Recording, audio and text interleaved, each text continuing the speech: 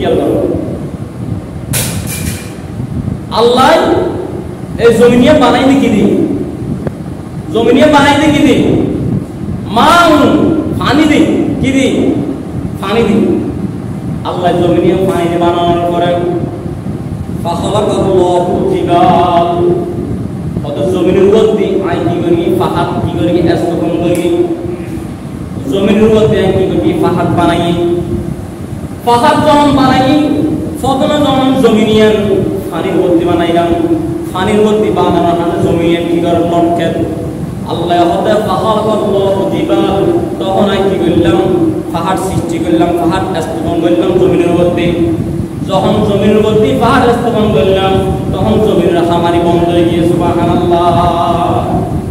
পাহাড়ের মধ্যে আই যখন জমিন পানির বানাবো তখন জমিন লড়ে, ফাখালাকাল্লাহু জিবাল, আই যখন জিবাল মত পাহাড়, আই পাহাড় যখন জমিনের মধ্যে স্থাপন করি তখন কি হয়ে জমিনের হামারি বন্ধ হয়ে গেল। তারপর ফেরেশতা জিজ্ঞাসা করেন, ইয়া রাব হাল মিন খলাকা শাইইন মিনাল জিবাল আশাদ্দু মিনাল জিবাল। আয় আল্লাহ, ও রব্বুল কারীম, এই যে পানির উপর পৃথিবী বানানোর কারণে এত হাবা থাকবে, যখন পাহাড় স্থাপন করিগন ফাখালাকাল্লাহু জিবাল, যখন পাহাড় স্থাপন করিগন এরপরে হাবানি বন্ধ হয়ে গই আশাদ্দু মিনাল জিবাল।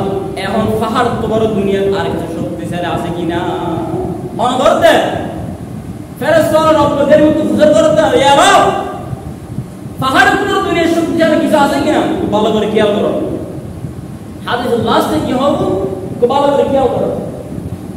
তখন ফেরেশতা বুঝার করল, রব এই পাহাড়ের কারণে দুনিয়ার হাওয়ানি বন্ধ হয়ে গই, আল্লাহ পাকে এবং নবী হাদিসের বর্ণনা করে এই পাহাড় অব্দি জমিনের ফেরাক, পাহাড় কি জমিনের ফেরাক, ওই যে গরর টিনজেন সবুরলে ফেরাক মারনা খানে বাতাস নিতে পারে জমিনিয়ান ধ্বংস নবিল্লাহ আল্লাহ ফেরাক হিসেবে পাহাড়ে জমির মধ্যে স্থাপন করি।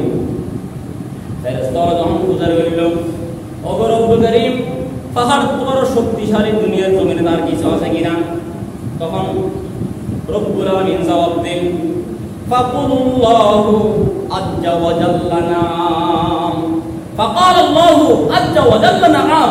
হ্যাঁ অবশ্যই আছে, অবশ্যই, আর পাহাড় বড় আরো শক্তিশালী কিছু আছে।